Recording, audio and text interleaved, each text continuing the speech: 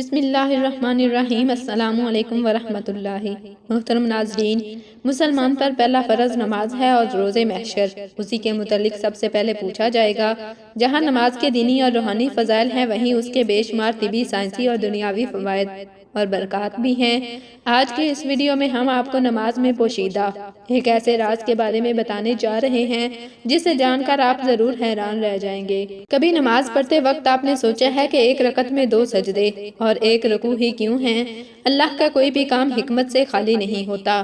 بس اللہ نے ہم پر نماز کا فریضہ مقرر کیا تو یقیناً اس میں بھی ہمارے لیے بے شمار حکمتیں ہیں۔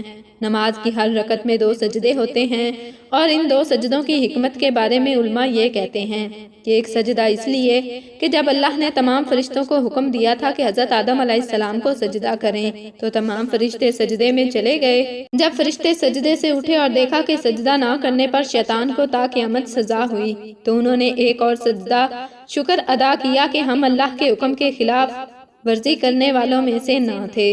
بعض علماء کا یہ بھی ماننا ہے کہ اللہ تعالیٰ نے جب اولاد آدم علیہ السلام سے عہد لیا، جس کا ذکر اللہ نے اس آیت میں کیا ہے۔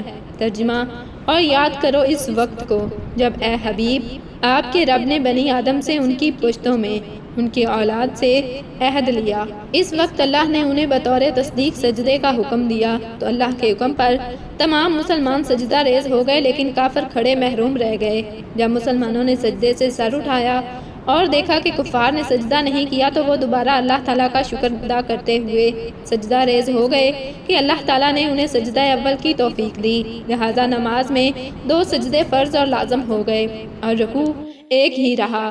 اب اس ایک سجدے کی انسانی زندگی میں کیا اہمیت ہے، اس بارے میں جدید سائنس کیا کہتی ہے؟ جدید سائنس کی روشنی میں انسان گوشت، پوست اور ہڈیوں سے مرکب ایک پتلا نہیں بلکہ اس خاکی وجود کے اندر ایک نوری جوہر بھی ہے، اور ہر انسان کے اندر 3 جنریٹر کام کر رہے ہیں۔ انسان جب نیت باندھنے کے لیے دونوں ہاتھ اٹھا کر کانوں کی جڑوں پر انگوٹھے لگاتا ہے تو ایک خاص برقی روح کان کی جڑ میں موجود باریک رگ کو اپنا کنڈنسر بنا کر دماغ کی طرف جاتی ہے اور ان خلیوں کو چارج کرتی ہے جن کو شعور نظر انداز کر رہا تھا، اور جب یہ خلیے چارج ہوتے ہیں تو دماغ میں روشنی کا ایک دھماکہ ہوتا ہے اور تمام اعصاب اس دھماکے سے متاثر ہو کر دماغ کے اس خاص حصے کی طرف متوجہ ہو جاتے ہیں جس میں روحانی صلاحیتیں مخفی ہیں۔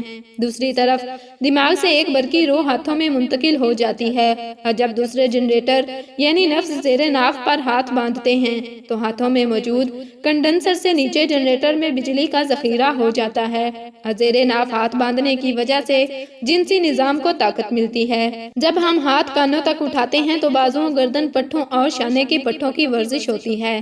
دل کے مریض کے لیے ایسی ورزش بہت مفید ہے جو کہ نماز پڑھنے سے خود بخود ہو جاتی ہے، اور یہ ورزش فالج کے خطرات سے محفوظ رکھتی ہے۔ سائنسی تحقیق کے مطابق نماز میں قیام سے دل کا بار ہلکا ہو جاتا ہے کیونکہ وزن دونوں پاؤں پر متوازن پڑتا ہے، اور آنکھیں سجدہ گاہ پر لگی رہنے سے دل کی یکسوئی سہل ہو جاتی ہے۔ انسان میں قوت مدافعت، اعصاب میں توانائی پیدا ہوتی ہے اور رکوع سے کمر درد کی شکایت دور ہو جاتی ہے۔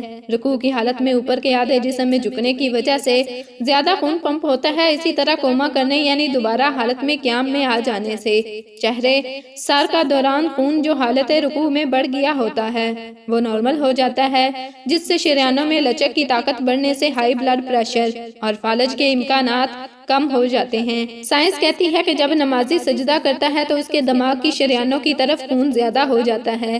جسم کی کسی بھی پوزیشن میں خون دماغ کی طرف زیادہ نہیں جاتا، صرف سجدے کی حالت میں دماغ، اعصاب اور سر کے دیگر حصوں کی طرف خون متوازن ہو جاتا ہے، جس کی وجہ سے دماغ اور نگاہ تیز ہو جاتے ہیں۔ ایسے ہی جلسہ کرنا یعنی دونوں سجدوں کے درمیان بیٹھنا گھٹنوں اور پنڈلیوں کو مضبوط بناتا ہے۔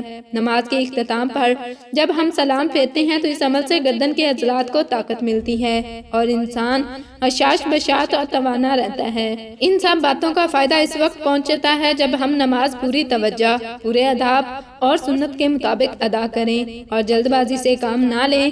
اب نماز ادا کرنے میں کتنی حکمتیں پوشیدہ ہیں تو اس کا اندازہ آپ کو ہو چکا ہوگا، جس کے بارے میں ایک امریکی ڈاکٹر کا بیان بھی آیا تھا جس نے کہا تھا کہ میرا دل کرتا ہے سارے ملک میں نماز لاگو کر دوں، کیونکہ جتنی سٹڈی اس معاملے پر میں نے کی ہے تو میں یہ جان چکا ہوں کہ اس کے اندر اتنی حکمتیں ہیں کہ کوئی حد نہیں۔ اگر انسان کے جسم کو مادی نظر سے دیکھا جائے تو انسان کا دل ایک پمپ کی طرح ہے۔ اس کا ایک ان پٹ بھی ہے اور آؤٹ پٹ بھی۔ جب انسان بیٹھا ہوتا ہے یا کھڑا ہوتا ہے تو جسم کے جو حصے نیچے ہوتے ہیں اس میں پریشر نسبتاً زیادہ ہوتا ہے۔ مثلاً 3 منزلہ عمارت اور نیچے پمپ لگا ہو تو نیچے پانی زیادہ ہوگا، دوسری منزل پر کچھ پانی پہنچے گا جبکہ تیسری منزل پر تو بالکل نہیں پہنچے گا۔ اس مثال کو سامنے رکھتے ہوئے اگر سوچیں تو انسان کا دل خون کو پمپ کر رہا ہوتا ہے اور یہ خون نیچے کے اعضاء میں بالکل ٹھیک پہنچ رہا ہوتا ہے لیکن اوپر کے اعضاء میں اتنا نہیں پہنچ رہا ہوتا۔ جب کچھ ایسی صورت ہوتی ہے کہ انسان کا سر نیچے ہوتا ہے اور دل اوپر ہوتا ہے تو خون سر کے اندر بھی اچھی طرح پہنچ جاتا ہے۔ آدمی سجدہ تھوڑا لمبا کر لے تو محسوس ہوتا ہے کہ چہرے کی جو باریک باریک شریانیں ہیں ان میں بھی خون پہنچ گیا۔ عام طور پر انسان بیٹھا لیٹا یا کھڑا ہوتا ہے، بیٹھنے کھڑے ہونے اور لیٹنے سے انسان کا دل نیچے ہوتا ہے جبکہ سر اوپر ہوتا ہے۔ ایک ہی صورت ایسی ہے کہ نماز میں جب انسان سجدے میں ہوتا ہے تو اس کا دل اوپر ہوتا ہے اور سر نیچے، لہذا خون اچھی طرح چہرے کی جلد میں پہنچ جاتا ہے۔ اللہ ہم سب کو 5 وقت نماز ادا کرنے کی توفیق عطا فرمائے۔ اللہ پاک ہمیں دین کی سمجھ بوجھ نصیب فرمائے۔ ناظرین، کمنٹ باکس میں اللہ تعالیٰ کے 99 ناموں میں سے ایک نام ضرور ٹائپ کریں۔ جزاکم اللہ خیرا کثیرا۔